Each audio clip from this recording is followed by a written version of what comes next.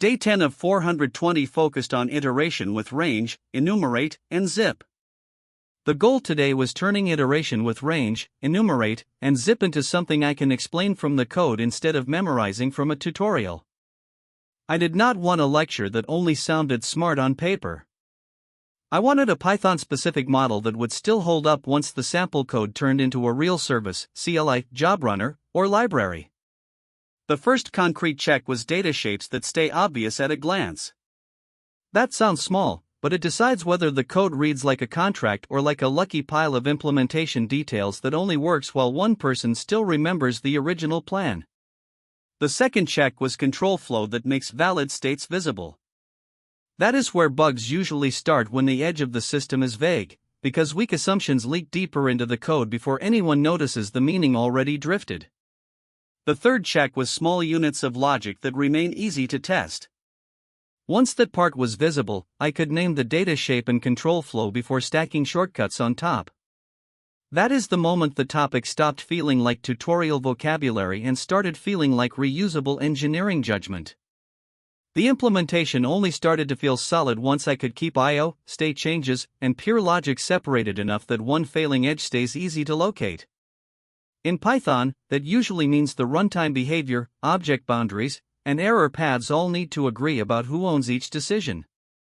I kept returning to one more rule: prefer explicit Python over clever compression when another engineer has to debug it tomorrow.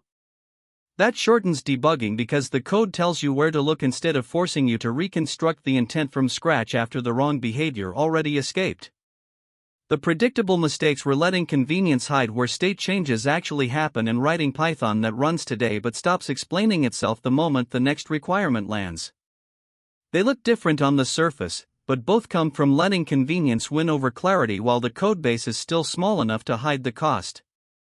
So my recap for day 10 is simple: turning iteration with range, enumerate, and zip into something I can explain from the code instead of memorizing from a tutorial. Keep data shapes that stay obvious at a glance, control flow that makes valid states visible, and small units of logic that remain easy to test visible, and the code stays much easier to test, explain, and change when tomorrow's requirement arrives. One reason I keep drilling these days is that production changes usually alter the surface area, not the core contract.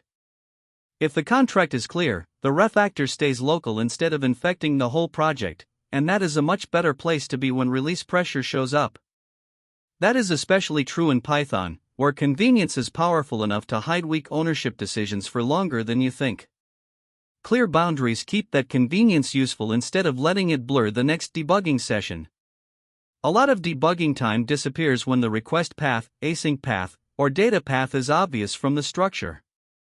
The language and libraries help, but only if the design is honest and the boundary is visible in naming, types, and flow. My test is simple: could I explain this same design tomorrow with a different example and still keep the same reasoning? If yes, the lesson probably landed for real.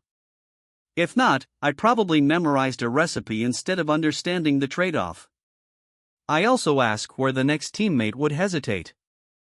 That question usually points at the first boundary that is still implied instead of stated, and cleaning that up early is almost always cheaper than doing it after two more features land on top of it. When the code is shaped well, the functions, classes, handlers, jobs, or migrations tell the same story. When they do not, the mismatch shows up in review before it shows up in production, which is exactly where I want the correction to happen. That is why I keep practicing with one concrete path at a time. A small path is enough to reveal whether I understand the design or only recognize the tooling around it, and that is a much better signal than just getting the sample app to run once.